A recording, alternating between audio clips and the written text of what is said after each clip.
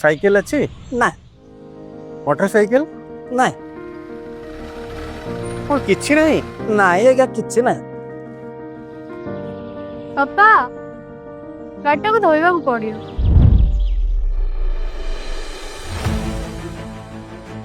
ଆପଣ ମିଛ କାହିଁ କହୁଛନ୍ତି? ଜନଗଣନାରେ ସତ କହିବା ନିହାତି ଜରୁରୀ। ଆପଣଙ୍କର ସମ୍ପୂର୍ଣ୍ଣ ତଥ୍ୟ ଗୋପନ ରହିବ।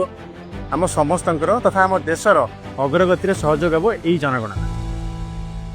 ଆଚ୍ଛା, ଏବେ କୁହନ୍ତୁ, ସାଇକେଲ ଅଛି? 3ଟା। ମୋଟରସାଇକେଲ? ଝିଅର ଗୋଟିଏ ସ୍କୁଟର। ଠିକ୍ ଅଛି। जनगणना 2027 एप्रिल 16 रु मे 15 पर्यंत प्रथम पर्यायर हेब गृह एवं गृह थिबा विभिन्न सुविधा सुजोगर गणना। आमर जनगणना आमर विकास। जनगणना अधिकारी को सहयोग करने को सचेतन कले तहसीलदार।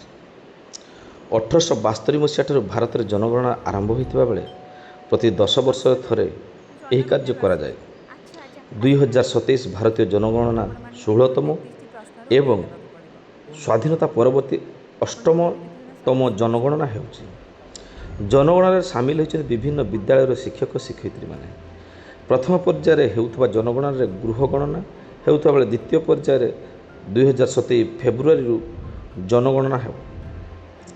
तेबे किछि लोकों को भूल धारणा सृष्टि होउथबा को नहीं राजगोविंदपुर तहसीलदार उपेंद्र दास जनगणना को नहीं साधारण लोकों को सचेतन करछन्ति।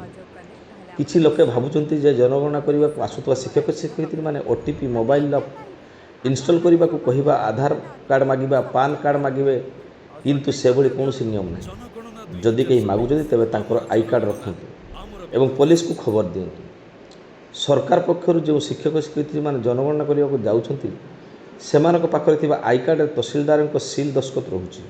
अपर पक्षरे मुख्यतः निकटवर्ती अंचल शिक्षक शिक्षयित्री माने जनगणना सामिल होउछंती।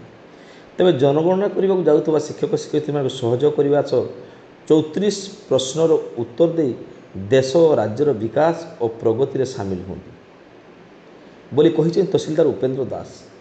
कौन जनगणना अधिकारी को सठिक तथ्य देले सरकार पक्षर उक्त तथ्य आधार रे सरकार को नूतन पॉलिसी करिबारे सहायक होब, फल समस्ते उपकृत हो पारे।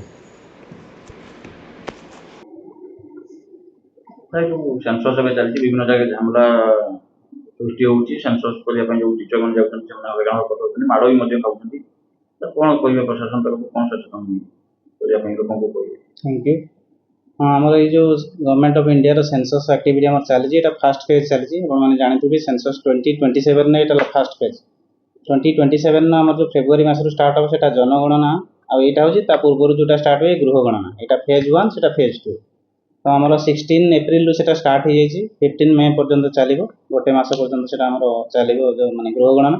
एथिरे आमर प्राइमरीली आमर स्कूल टीचर माने primary school high school teacher तो सार मैडम माने पढ़ुछन।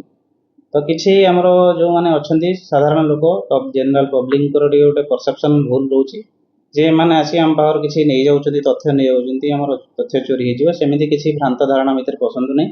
गवर्नमेंट ऑफ इंडिया रो क्लियर गाइडलाइंस अच्छी जे ये जो आपंकर तथ्य निया केवल देशर प्लानिंग और डेवलपमेंट कार्य लगे सो दैट आम पाखे गोटे डाटा रही आम बेटर पॉलिसी मेकिंग करें।